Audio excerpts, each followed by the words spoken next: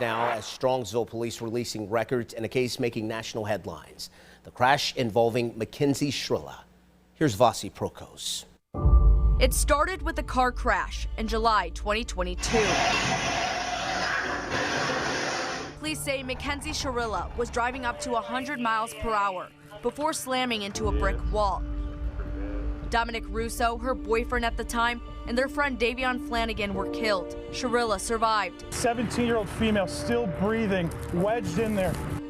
In the months after the crash, questions grew about whether it was intentional. It was initially ruled an accident, but investigators pointed to interviews and early forensic findings they say suggested more to the story. So you can see like the hard braking was right at the wall, and then her high speed was after the hard braking.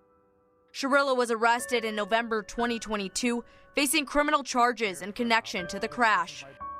In 2023, Shirilla pleaded not guilty at her arraignment. She later chose a bench trial, putting the decision in the judge's hands instead of a jury. Prosecutors argue Shirilla intentionally crashed the car to kill Russo and Flanagan.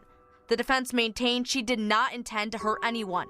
There's very light traffic to no traffic in Strongsville on a Sunday morning. A Cuyahoga County Commons Pleas judge found Shirilla guilty on all counts in the double fatal crash. Strongsville police released phone calls between Shirilla and her mother last week. Write your book.